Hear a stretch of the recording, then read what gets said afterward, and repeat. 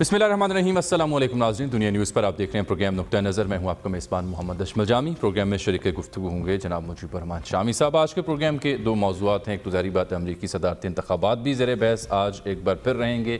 हतमी नताइज का भी इंतज़ार है। मुकाबला और सूरत हाल बदस्तूर दिलचस्प से दिलचस्प तरीन होती जा रही है, इस पर भी गौर करेंगे। लेकिन आज के प्रोग्राम का आगाज़ शामी साहब मुल्क की सियासत से, क्योंकि वज़ीर-ए-आज़म पाकिस्तान जनाब इमरान खान ने हुकूमती इत्तेहादियों के एजाज़ में आज ज़ुहराने का अहतमाम कर रखा था। और उस ज़ुहराने की ख़ास बात यह है कि पाकिस्तान मुस्लिम लीग काफ, जो कि एक अहम इत्तेहादी है पाकिस्तान तहरीक इंसाफ की हुकूमत में, वो दावत के बावजूद उस ज़ुहराने में शरीक नहीं हुई। ना सिर्फ शरीक नहीं हुई बल्कि मोनिस इलाही साहब ने एक बड़ा अहम ट्वीट भी किया 3:45 पर आज दोपहर, और कहा कि जो इत्तेहाद है ये वोट की हद तक है, मुआहदे में खाना शामिल नहीं है। ये उनका ट्वीट था। उसके बाद काफिले के मुख्तलिफ अरकान ने गुफ्तगू भी इस मामले पर की। उन्हें कुछ तहफ़्फ़ुज़ात हैं, वो क्या हैं और क्यों शरीक नहीं हुए काफिले, ये एक अहम मौजू है आज का। तो शामी साहब, मुआहिदा जो होता है इत्तेहाद, कैसे पहले कि मैं तारिक बशीर चीमा साहब से बात करूँ या हमारे नुमाइंदा खुसूसी उमर जट साहब से बात करूँ कि ज़ुहराने में क्या गुफ्तगू हुई इत्तेहादियों की जानिब से, आपसे मेरा सर पहला सवाल ये है कि जो मुआहदे होते हैं इत्तेहादियों के दरमियान, उसमें खाने का लिखा जाता है कि जी आप इत्तेहाद करें तो खाना आना होगा जब हम आपको दावत देंगे? ये बड़ी दिलचस्प बात है। हमारे भाई या भतीजे मोनिस इलाही साहब ने जो इंटरप्रिटेशन दी है मुआहदे की, ये मेरे ख्याल तारीख में याद रखी जाएगी। जी। इतनी दिलचस्प इंटरप्रिटेशन किसी इत्तेहाद की आज तक नहीं हुई होगी।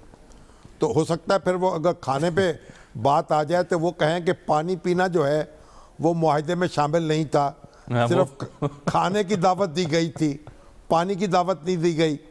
ये तो बिल्कुल ऐसी बात है कि जब शादी हो जाए, निकाह हो जाए, तो बेगम कहे कि इसके अंदर तो खाना पकाने की शर्त तो नहीं रखी गई थी, तो मैं खाना नहीं पकाऊंगी, बल्कि खाना तो मतलब सिर्फ मेरा मतलब एक मैं तो मियाँ की तरफ देख के बस मुस्कराऊंगी और उसका दिल बहलाऊंगी। बाकी ये है जुमला लवाज़मात बाकी जो है वो मुझसे पूरे नहीं होंगे। खाना खुद पकाइए, रोटी खुद पकाइए, चूल्हा खुद जलाइए, बच्चे खुद उनकी परवरिश कीजिए। तो काफ़ी दिलचस्प मामला है। लेकिन बहरहाल मोनिस इलाही साहब बड़े बाज़ौक़ शख्स हैं, चौधरी परवेज़ इलाही के बेटे हैं, मुझे बहुत अजीज़ हैं। अपने यानी चौधरी ज़ोहर इलाही साहब के नवासे हुए, उनके बेटे हुए, तो उनको मेरा दिल करता है कि उनको शाबाश दूँ। कोई बात तो पुरलुत्फ़ की है ना, मज़ा आया माशाअल्लाह। अच्छा, बात पुरलुत्फ़ की, इस पर आप शाबाश दे रहे हैं। अच्छा सर, अब सूरत हाल ये है कि इसमें एक इत्तला ये कि दो आज़ाद अरकान जो कि इत्तेहादी हैं वो भी शरीक नहीं हुए। कुछ हुकूमती PTI के कुछ MNAs हैं वो भी गालिबन किसी वजह से शरीक नहीं हो पाए। फिर जो शरीक हुए यानी मुत्तहिदा कौमी मूवमेंट GDA या बाप पार्टी के लोग, तो उन्होंने वहाँ पर ज़ुहराने में शिकवे और शिकायत के अंबार लगाए हैं। काफ़ी उनके तहफ़्फ़ुज़ात हैं जो वज़ीर-ए-आज़म ने एड्रेस करने की कोशिश की है। तो काफिले का मामला छेड़ने से पहले कि क्यों वो नहीं गए ज़ुहराने में, उमर जट साहब से हमने रब्ता किया ये जानने के लिए कि वो हमें ये बताएं कि इत्तेहादियों ने किस नौइयत की शिकायत लगाई और वज़ीर-ए-आज़म का जवाब क्या था। उमर बताइएगा, क्या कहती है मुत्तहिदा, क्या कहती है GDA और बलूचिस्तान से आए दोस्त? जी जामी साहब, इसमें जो PTI की इत्तेहादी जमातें हैं उनमें तमाम इत्तेहादियों को दावतनामे दिए गए थे। बस यहाँ पर एक बात पहले स्टार्ट में बताऊं कि BNP मेंगल को दावतनामा नहीं भेजा गया, काफिले को दावतनामा दिया गया था। ताहम जिस तरह आपने बताया कि वो शरीक नहीं हुए। जो लोग शरीक थे उन्होंने आज अपने जो तहफ़्फ़ुज़ात थे वो वज़ीर-ए-आज़म इमरान खान के सामने रखे। उसमें जो GDA है, MQM है, उनका फोकस अंदरूनी सिंध और कराची के हवाले से था। उन्होंने आज वज़ीर-ए-आज़म को ये भी कहा कि जो सिंध की ब्यूरोक्रेसी है उसको पीपल्स पार्टी अपने तरीके से अपनी मर्जी से चला रही है, और जो वफाक के मंसूबे हैं उनमें भी जो हुकूमती इत्तेहादी हैं उनको ना तो ऑन बोर्ड लिया जाता है और ना ही उनकी वहाँ पर कुछ सुनवाई है। इस पर उन्होंने ये भी कहा कि एक कमेटी बनाई गई थी सिंध के हवाले से, जो असद उमर जिसको चेयर कर रहे थे, गवर्नर भी उसमें शामिल थे। वो कमेटी के कुछ पहले अवाइल में तो कुछ इजलास हुए और उन्होंने इत्तेहादियों के साथ भी मुलाकातें की। ताहम उसके बाद वो मामला भी ठंडा पड़ चुका है और जो कराची ट्रांसफॉर्मेशन प्लान का पर अमल दरामद का जो मामला था वो भी अभी उसी तरह लग रहा है कि जैसे उस पर कोई पेशरफ्त नजर नहीं आ रही। इसके साथ महंगाई और हलकों के हवाले से भी उन्होंने बताया कि आप चूंकि PTI के जो लोग हैं, जो PTI के MNAs हैं, वो तो चलें अपनी पार्टी के साथ एफिलेटेड हैं, PTI का हिस्सा है, इत्तेहादियों को भी अब हलकों में जवाब देना पड़ रहा है। तो वो आज उन्होंने वजीर आजम से कहा कि हम जब अपने हलकों में जाते हैं तो हमारे हलकों के मसाइल हैं, हमें बजट नहीं मिल रहे, हमारे जो तरक्याती मंसूबे हैं वो अप्रूव नहीं हो रहे। तो ये सब चीजें हैं जिन पर हमें जवाब देना पड़ता है और हम अकाउंटेबल है अपने अवाम के, और हम वहाँ हलकों में नहीं जा पा रहे सिर्फ इसी बिना पर कि हुकूमत के जो वादे थे वो पूरे नहीं हो रहे। इस पर वजीर आजम इमरान खान ने एक तो उन्हें आज यकीन दहानी कराई कि आपकी जो भी हमने कमिटमेंट की थी आप लोगों के साथ वो हम पूरी करेंगे। और पहले चूंकि 2 साल कंप्लीट फोकस मईशत पर रहा और मुआशी सूरत हाल बेहतर करने में रहे, अब एक मैकेनिज्म तैयार कर लिया और अब वो जल्द उस पर अमल दरामद होता नजर आएगा। इसके साथ शाहजैन बुगटी उन्होंने आज लापता अफराद का मामला इस दौरान में उठाया और उन्होंने कहा कि बलूचिस्तान का जो सबसे बड़ा मसला है वो लापता अफराद हैं, जिस पर गवर्नमेंट की बजाय जो वज़ीर आला बलूचिस्तान है उन्होंने इस पर कमेंट किया और उन्होंने कहा कि जो मौजूदा हुकूमत है इसके होते हुए इसके इसी टेन्योर में जो जितने लापता अफराद बाजियाब हुए हैं शायद इससे पहले नहीं हुए। और बल्कि जो एक लिस्ट जो आपको याद हो जहांगीर तरीन और परवेज खटक वगैरह को BNP के सरबराह अख्तर मेंगल ने दी थी, उसका उन्होंने हवाला दिया कि वो लिस्ट के अक्सरियत जो उनमें नाम थे वो अपने घरों को पहुंच चुके हैं। तो यहाँ पर उन्होंने ये शिकवा जरूर किया कि बलूचिस्तान में पहली बार इतना तरक्याती काम हो रहा है लेकिन उसकी ना तो कोई तशहीर हो रही है और ना ही उन मंसूबों के हवाले से हुकूमत वफाक के वज़रा बात करते हैं। इस पर वज़ीर आज़म ने कहा कि मैं इंशाल्लाह मैंने ऐलान किया हुआ है, मैं जल्द बलूचिस्तान का दौरा करने वाला हूँ और जो मैंने एक तारीखी पैकेज है उसका ऐलान करना है। तो उसके साथ साथ ये तमाम चीजें जो है वो ऑन बोर्ड हैं और अभी तमाम मामला को मैं खुद देखूंगा। इसके अलावा मुख्तसर ये बताएं कि इस दौराने में शरीक जो इत्तेहादी थे, मेरी इत्तला ये कि कुछ सहाफ़ी दोस्त ऐसे थे जो बार बार उन्हें छेड़ते रहे कि काफिले क्यों नहीं आई, काफिले क्यों नहीं आई। तो हुकूमत ने इस पे क्या रद्द-ए-अमल दिया और इत्तेहादी जो शरीक थे वो कैसे इस सवाल का जवाब दे रहे थे? जी, इस पर हमारी बिल्कुल आपने सही कहा, मुख्तलिफ जो इत्तेहादी जमातों के सरबराह हैं जो नुमाइंदगान थे उनसे भी बात हुई तो उनकी राय ये थी कि इस आज का जो ज़ोराना था उसमें काफ लीग को लेकर स्पेसिफिकली कोई बात नहीं हुई, ना ही किसी ने ये सवाल किया कि काफ लीग क्यों नहीं आई और ना ही हुकूमत के मेंबरान ने इस पर बात की। तमाम उन्होंने अपनी राय का इजहार जरूर किया कि अब गवर्नमेंट चूंकि काफ लीग एक बड़ी इत्तेहादी जमात है तो आज अगर तमाम इत्तेहादी शरीक थे और वजीर आजम ने मौजूदा सूरत हाल पर सबको एतमाद में लिया तो उनका होना जरूरी था। तो अब ये गवर्नमेंट के लेवल पर फैसला होगा कि वो अपने वज़रा को काफ लीग के पास भेजते हैं, उनके साथ रब्ता होगा या चूंकि जो कमेटी बनाई गई थी परवेज खटक की सरबराही में वो इस सारे मामले को देखेगी और इससे बात करेगी कि जो तहफ़्फ़ुज़ात हैं वो उन पर करते हैं वो हुकूमत दूर कर पाती है, उनके जो तहफ़्फ़ुज़ात जिनका जिक्र आज ये तारिक बशीर चीमा साहब ने किया क्या उनको वो दूर कर पाते हैं।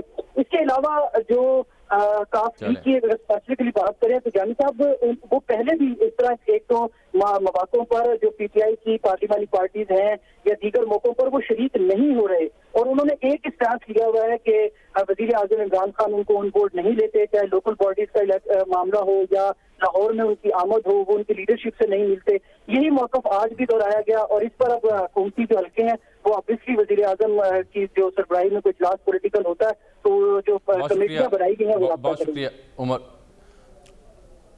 उमर जट साहब, बहुत शुक्रिया आपके वक्त का। शाम साहब, अभी कुछ देर पहले प्रोग्राम शुरू करने से पहले मेरी एक हुकूमती वज़ीर से बात हुई इस्लामाबाद में, यही सवाल मैं उनकी खिदमत रख रहा था, ख्वाहिश कर रहा था कि वो प्रोग्राम में हमें ज्वाइन करें तो वो उन्होंने बड़ा मुख्तसर अंदाज में और सादा बात कर दी कि वोट इंटैक्ट है, परेशानी की बात फ़िलहाल नहीं है। क्या वाकई परेशानी की बात नहीं है इस तरह से जब पब्लिकली कहा जाए कि मुआहिदा वोट की हद तक था, खाना खाना शामिल नहीं था?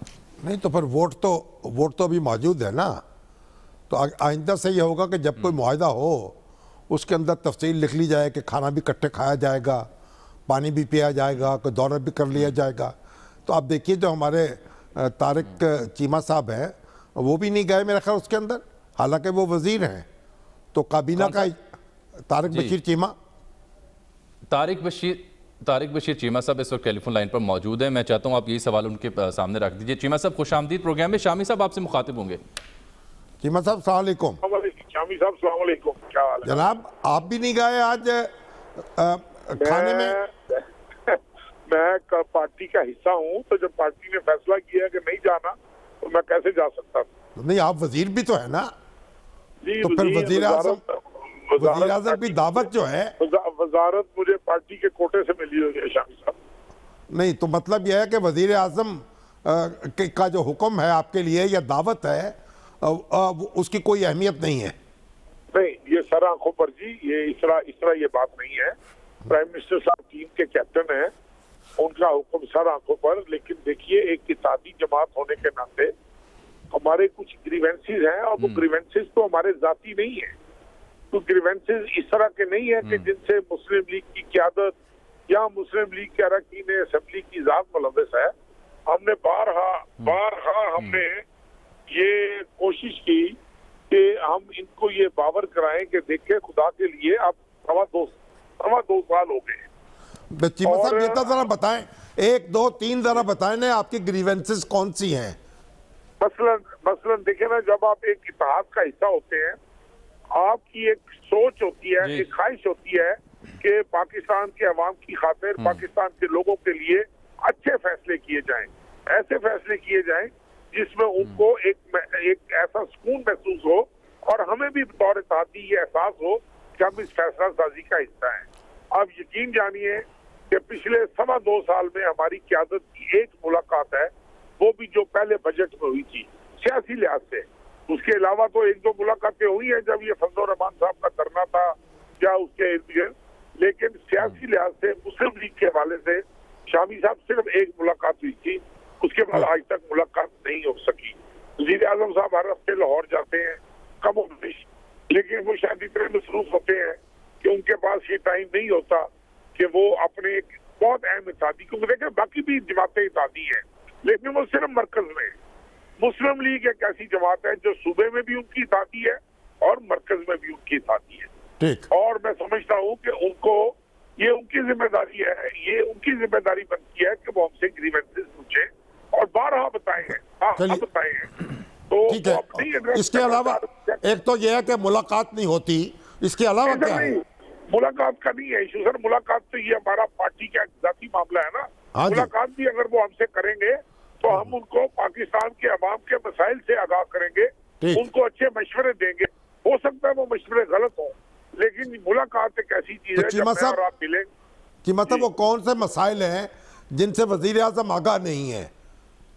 देखिए, सबसे बड़ा मसला आज आपके सामने काश्तकारों का मसला है कि हम 2400, 2500, 2300, 2000 के ऊपर हम बाहर से गंदम इम्पोर्ट करने को खुशामदीद कहते हैं। हम अपने काश्तकार को सहूलत नहीं देते। भाई हम लोग तो देखिए, हम लोग तो देहाती हल्कों से आए हैं, देहाती वोट लेकर आए हैं। काश्तकारों ने, किसानों ने हमें इक़्तिदार के ऐवानों तक भेजा है। हम उनसे, उनके मफादात से बेवफाई नहीं कर सकते जामी साहब। और इतना जुल्म आप देखें ना, जितनी आप हेलो, हाँ जी आवाज आ रही है आपकी। हाँ जी सुन रहे हैं, सुन पा रहे हैं, बात पूरी कीजिए। बड़ी एक छोटी सी मिसाल देता हूँ कि चौधरी परवेज इलाही साहब जब वज़ीर आला थे तो उन्होंने एक सर्वे करवाया था। 89% वो लोग थे जो 12.5 एकड़ से कम के मालिक थे, और उन्होंने सबके ऊपर 100% टैक्स माफ किया, पक्के खाले बनाए, पेस्टिसाइड फर्टिलाइजर में रहते दी, ताकि जितनी काश्त बढ़ेगी, एकड़ेज बढ़ेगी, उतनी यील्ड बढ़ेगी। ये फैसले वो होते हैं जो सर जोड़कर बैठकर किए जाते हैं। कौमों को मुश्किलात से, मसाइल से, कोविड के बाद मसाइल पैदा हुए, कोविड से पहले के मसाइल हैं, तो जब तक सर जोड़कर नहीं बैठेंगे, और हमने इस हुकूमत से क्या लेना है, हमारे क्या जाती मामलात हो सकते हैं। अच्छा, यानी चीमा साहब आप एक तो बता रहे हैं कि जी एक वजह तो ये समझ आती है कि इत्तेहादी होने के बावजूद आपसे मुलाकात नहीं होती। अक्सर वो लाहौर भी आते हैं और उस असम्बली के वज़ीर से मिलते हैं जिसके स्पीकर चौधरी परवेज़ इलाही साहब हैं। तो एक तो ये बात सामने आई, वाज़ेह हुई। दूसरा, आप जो मुख्तलिफ मामलात को उठा रहे हैं उससे तासुर ये बढ़ता है, जैसे कि आप ये कहना चाह रही हूँ कि आप अभी तक की जो सरकार की कारकर्दगी है उससे भी मुतमिन नहीं। क्या ये फिर यूँ कहना दुरुस्त होगा? सर ये देखिए, जहाँ तक तो काश्तकारी का काम है, किसानों के मामलात हैं, वहाँ पर तो मैं जाती तौर पर समझता हूँ कि इससे बहुत बेहतर नतीजे हासिल किए जा सकते थे अगर बाहम मुशावरत की जाती, अगर अच्छे फैसले किए जाते। हम कोई अकले कुल नहीं है, हो सकता है हम उनकी बात मान जाते हैं, ये नहीं जरूरी कि भाई हम ही अकले कुल है, लेकिन जब आप सर जोड़कर बैठते हैं तमाम मामलात का कोई ना कोई हल निकल आता है। अब ये कहना कि जी हम हुकूमत की कारकर्दगी से मुतमिन नहीं है, या हम खुदा ना खास्ता कोई ऐसे पॉइंट पे, और बहुत सारी बातें आज चल रही हैं कि जी काफ लीग हुकूमत में जोराने में क्यों नहीं गई। भाई जोराना आपका क्या ख्याल है कि 2.25 साल के बाद आप अपने एक इत्तेहादी को बुलाएं, फोटो सेशन करें और ये मैसेज भेजें कि जी सब गुडी गुडी है, कोई चीज इसमें खराब नहीं है। तो ये भाई तो चीमा साहब ये जो फैसले हैं ये काबीना में होते हैं और काबीना का आप हिस्सा हैं, तो वहां तो आप अपनी आवाज बुलंद करते होंगे ना। यकीन जानिए शामी साहब हमेशा आवाज बुलंद की है, हमेशा जो मामला कैबिनेट तक आता है उसमें अपना किरदार अदा करते हैं। ये नहीं हो सकता कि हम 5 मिनट भी नहीं बैठेंगे अगर हम महसूस किया कि हमारा ये किरदार जो है उसको महसूस कर दिया है। हम हर लिहाज से उसको करते हैं, लेकिन देखें जो एक अमली 4-5 बातें हैं शामिल, तो आप देखें कोई ना कोई आज आपने का हाल हवाल ले लिया होगा, आज आपने जोराने का हाल हवाल लिया होगा, सबने शिकायत के अंबार लगाए कि जी हमारा ये ग्रीवेंस है, हमारा ये ग्रीवेंस है, हमारा ये है। हमें तो ये मौका भी नहीं मिल रहा। मैं वफाकी वजीर हूँ शामी साहब, 8 महीने से 7-8 महीने हो गए मेरी वजीर आजम साहब से मुलाकात नहीं। बाकी तो आप दूर की बातें तो छोड़े ना, वो अच्छा, तो कब मिलना है कब नहीं मिलना। जब इस कदर शिकायत हैं, मुलाकात तक नहीं आपकी हो रही टीम लीडर के साथ, इत्तेहादी के साथ, वज़ीर आज़म के साथ, और एक असम्बली के स्पीकर भी, उसकी क़यादत भी आपके पास है, तो फिर क्या वजह है कि आप बददस्तूर हुकूमत के साथ जुड़े हुए हैं? सर हुकूमत के साथ हम इसलिए जुड़े हुए हैं कि हम हुकूमत के, देखिए हम हुकूमत छोड़ने का ऐलान नहीं कर रहे, हुकूमत छोड़ने का इरादा नहीं रख रहे, हम उनकी कश्ती के सवार हैं। हम बार बार मिन्नत कर रहे हैं, चीख कर चिल्ला कर गुजारिश कर रहे हैं कि खुदा के लिए बेहतर फैसले करें, गवर्नेंस बेहतर करें, महंगाई को कंट्रोल करें, लोगों के मामलात को समझने की कोशिश करें। हम और उनसे क्या मांग रहे हैं? जिस दिन एक दिन पाकिस्तान तरीके इंसाफ का कोई साथी, कोई कुलीग आकर बताए कि हमने अपनी जात के हवाले से इनसे कोई बात की है, तो हम उसकी सजा उठाएंगे और हम उसकी जिम्मेवारी उठाएंगे। हम तो लोगों से तो पंजाब में भी यही शिकायत आपको बुज़दार सरकार से? जी पंजाब में भी आपको ऐसी शिकायत है बुज़दार साहब से? जी बुज़दार साहब से देखिए शिकायत मिलती जुलती ही है, लेकिन वहाँ पर मुलाकात इसलिए ज्यादा रहती है कि चौधरी परवेज लाई साहब असेंबली के स्पीकर हैं, उन्होंने असेंबली बिजनेस के हवाले से, असेंबली के मामलात के हवाले से उनको मिलना होता है, एजेंडा बनाना होता है, बहुत सारी लेजिस्लेशन के हवाले से बात करनी होती है। लेकिन ओवरऑल मोर और लेस मामला वही है, क्योंकि वज़ीर आज़म साहब जब खुद तशरीफ ले जाते हैं लाहौर, जब मामला को वो खुद देख रहे हैं, तो मामला तो तभी एड्रेस होंगे ना जब वज़ीर आज़म साहब दिलचस्पी लेंगे, और वो दिलचस्पी तभी लेंगे जब वो हमसे मुलाकात होगी तो हम बताएंगे कि जनाब ये तफसीलात हैं, ये बेहतर करें, इन चीजों को बेहतर करें, ये मामला बेहतर करें। आगे देखिए उनकी हुकूमत है, वो बेहतर समझते हैं, वो नहीं मशवरा देना चाहते, वो फैसला साजी में किसी को शामिल नहीं करना चाहते, तो हम जबरदस्ती तो नहीं कर सकते।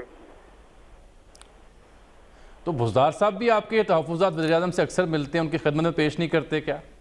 नहीं, बुज़दार साहब देखें जी हमारे लिए काबिल एहतराम है।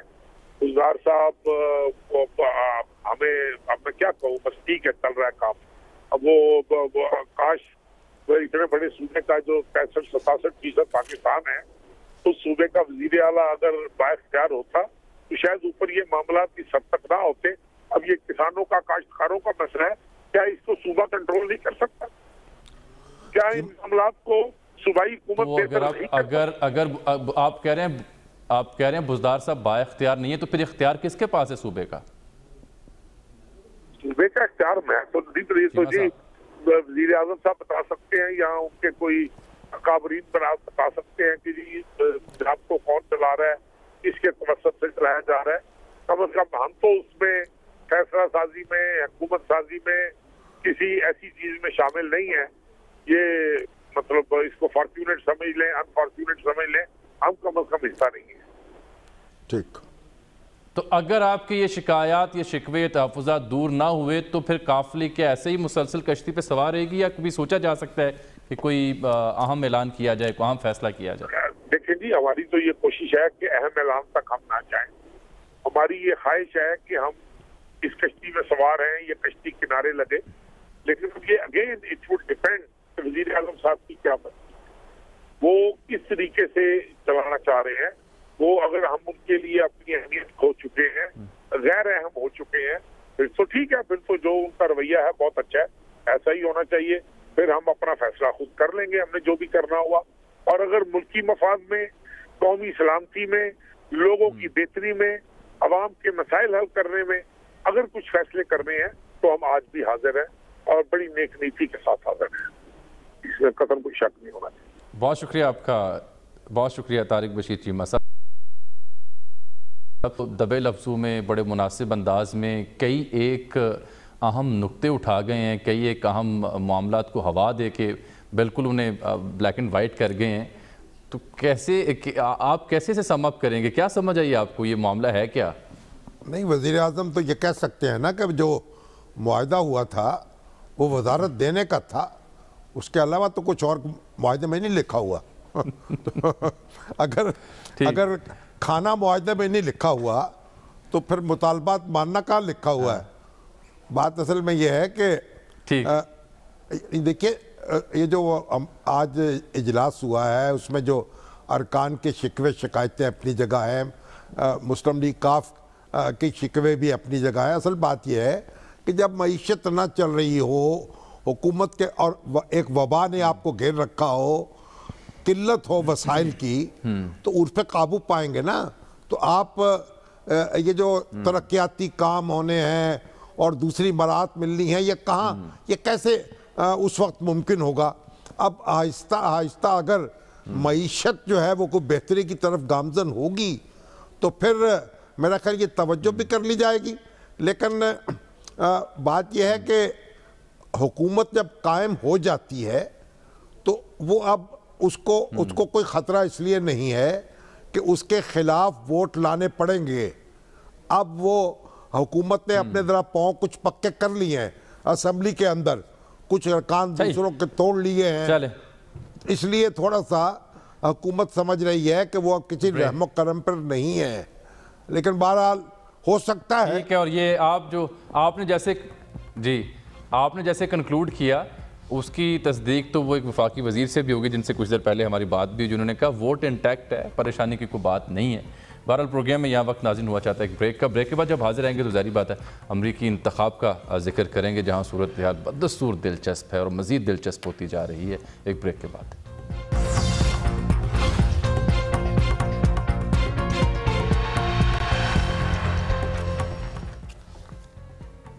वेलकम बैक नाज़रीन। शामी साहब, अब ज़रा अमरीकी सदारती इंतखाब का जिक्र करते हैं, जहाँ सूरत हाल मज़ीद अब दिलचस्प हो चुकी है। और एक अंदाज़ा ये है जो मुख्तलिफ रिज़ल्ट शाया किए जा रहे हैं कि 264 वोट इलेक्टोरल कॉलेज में हासिल कर लिए हैं बाइडन साहब ने, और 214 पर हैं डोनाल्ड ट्रंप साहब। लेकिन जो अहम 3-4 रियासतें बाकी रह गई वहाँ की गिनती में ट्रंप साहब को बज़ाहिर बढ़ती नज़र आ रही है। लेकिन उन्होंने कई एक रियासतों में रीकाउंट की दरख्वास्त भी दे रखी है, अदालतों से भी रजू कर रहे हैं, और दोनों जमातों के जो हामी हैं वो मुजाहरे करते भी मुख्तलिफ शहरों में हमें दिखाई दिए। नेशनल गार्ड्स तक को कुछ तुम्हें एक्टिव करना पड़ा और कई गिरफ्तारियाँ भी अमल में लाई गई हैं। तो ये तो बिल्कुल पाकिस्तानी सियासी मंजरनामा दिख रहा है हमें अमरीका में। अब तक आपकी रीडिंग क्या बनी, और फिर मैं मोहब्बत सिद्दीकी से बात करूँगा, अमरीका से हमें रिपोर्ट करेंगे शामी साहब। नहीं, मोहब्बत सिद्दीकी साहब बताएंगे वहाँ क्या मंजर है, तो मंजर कशी तो वही कर सकते हैं। लेकिन देखिए, बुनियादी बात यह है कि कोरोना की वजह से जो कबल अज़ वक्त पोलिंग थी वो बड़ी तादाद में लोगों ने वोट डाले हैं, और मेल से बहुत बड़ी तादाद में वोट आए हैं, जो कि गैर मामूली बात है। उनकी गिनती मुमकिन नहीं हो सकी, गिनती बर वक्त मुमकिन नहीं हो सकी, वो गिनती जारी है। अब उस वजह से एक क्राइसिस पैदा हुआ है। अभी तक किसी अदालत ने कोई ऐसा हुक्म नहीं दिया जिससे गिनती को रोका जा सके। तो मेरा ख्याल है कि ताख़ीर तो हुई है, लेकिन जो गिनती मुकम्मल होगी सूरत सामने आ जाएगी। ये देखिए, बहुत क्लोज फाइट हो गई है, ये तवक्को नहीं थी कि इतनी क्लोज होगी। और अगर कोरोना वायरस का हमला ना होता तो शायद प्रेसिडेंट ट्रंप को काबू करना मुश्किल होता बहुत।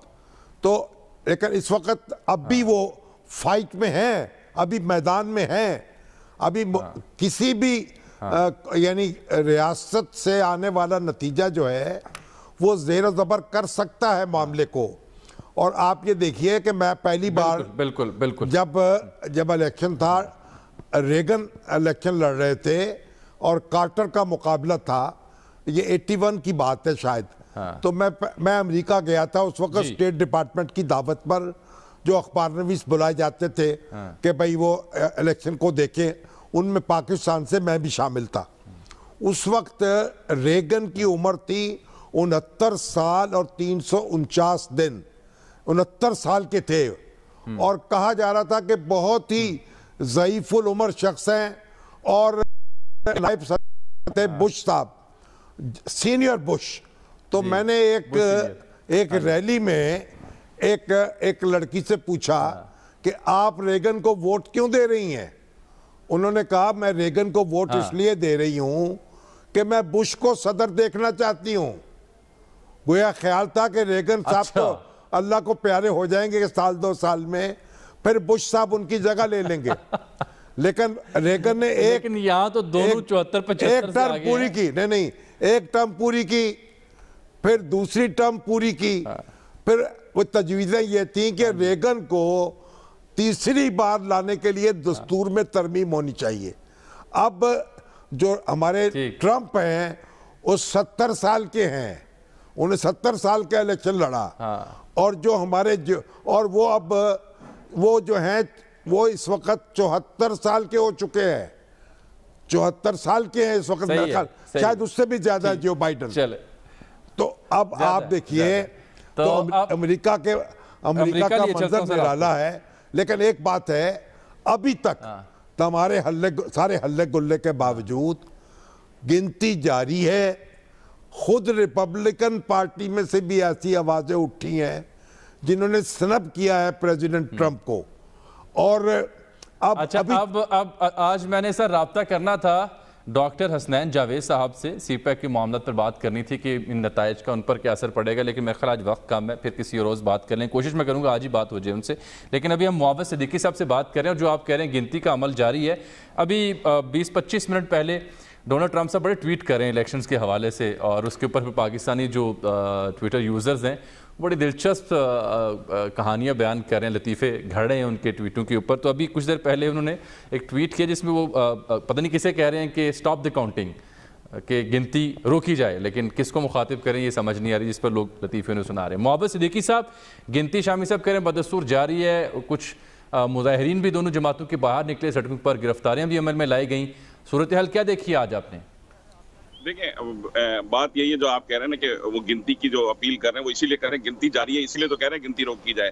तो सबसे मेन जो गिनती है वो सिर्फ उसी की है जो मेल में बैलेट्स आए थे, जो वोट मेल में आए थे, उस पर कई सवालात भी उठ रहे हैं। उसी की काउंटिंग रोकने के लिए अब इसमें बात कर रहे हैं। अगर हम पेंसिल्वेनिया की बात करते हैं, अब वहाँ 2.5 मिलियन वोट जो है वो मेल के जरिए आए हैं। जितने वोट पड़े तकरीबन उतने ही जो है वोट मेल के जरिए आए। अच्छा, डेमोक्रेट ने एक पूरी मुहिम चलाई थी कि आप मेल में वोट डालें, क्योंकि कोरोना को एक इशू बनाना चाह रहे थे। इसके नतीजे में हाईएस्ट कभी से पहले कभी भी मेल में इतने नहीं आए थे। और बहुत सारे सवालात हैं, लॉ सूट्स हो रहे हैं, इसमें ये कहा जा रहा है कि इसमें रोका जाए। बाबा साहब, सवाल तो बहुत से होंगे, लेकिन इतने वोटों की गिनती जो है, बुनियादी बात तो वो है ताखीर का सबब।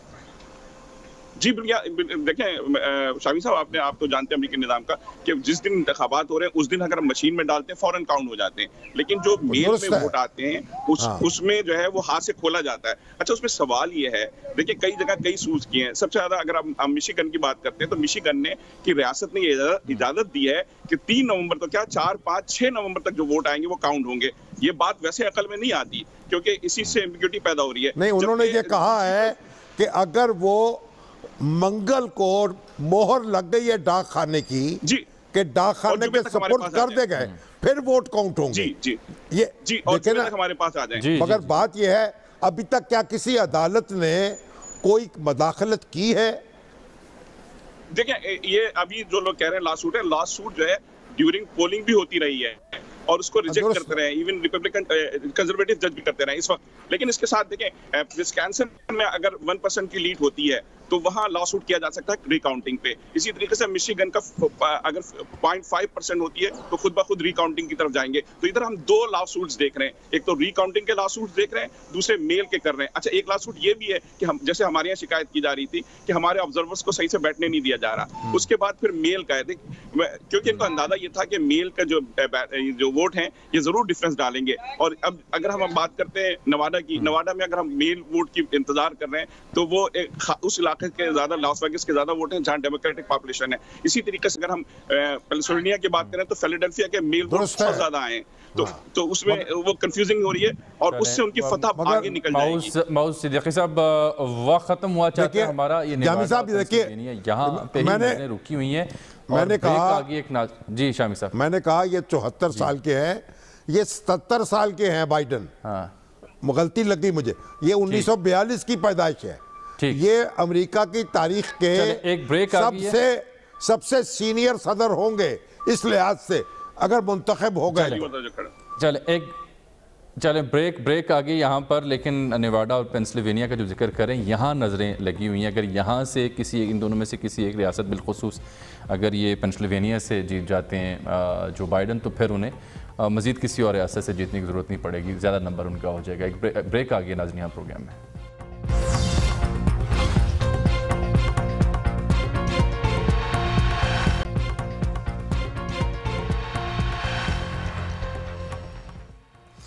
नाज़रीन, आज के प्रोग्राम में इतना ही। आपसे मुलाकात होगी अगले हफ्ते, तब तक के लिए इजाज़त दीजिएगा। अल्लाह हाफ़िज़।